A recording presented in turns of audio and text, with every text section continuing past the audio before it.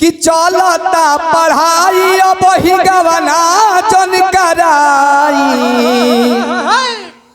मिले के बाबे तो कॉलेजिए में आई।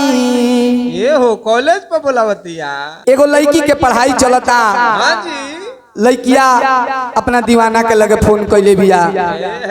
लड़किया कहतिया कि ये राजा जी अब रौरा गावना जन कराई काहे हो काहे कि अभी हमार पढ़ाई चलता ये राजा। ये धन पढ़त रुआ बही। हाँ औरतिया कहतिया